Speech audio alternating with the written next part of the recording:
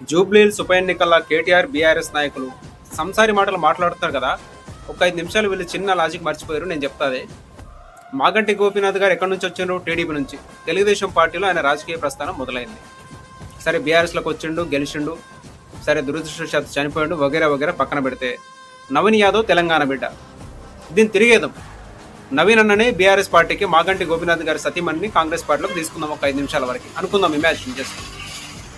ఈ కేటీఆర్ టీఆర్ఎస్ నాయకులు ఎంత రాజకీయం చేస్తున్నారంటే నిజంగా మాగంటి గోపీనాథ్ గారి ఫ్యామిలీని అగర్సే కాంగ్రెస్ పార్టీలో ఉండుంటే ఇదే కేటీఆర్ బీఆర్ఎస్ నాయకులు హరీష్ రావు గారు సొల్లు మాటలు మాట్లాడే ఈ నాయకులంతా ఒక రేవంత్ రెడ్డి మళ్ళీ ఆంధ్రలో తీసుకొచ్చిండు, ఆంధ్రలో పెత్తనం నడిపిస్తున్నాడు, రేవంత్ రెడ్డి గారు టీడీపీ నుంచి వచ్చిండు అని చెప్పి ఎన్ని సొల్లు మాటలు మాట్లాడుతారు.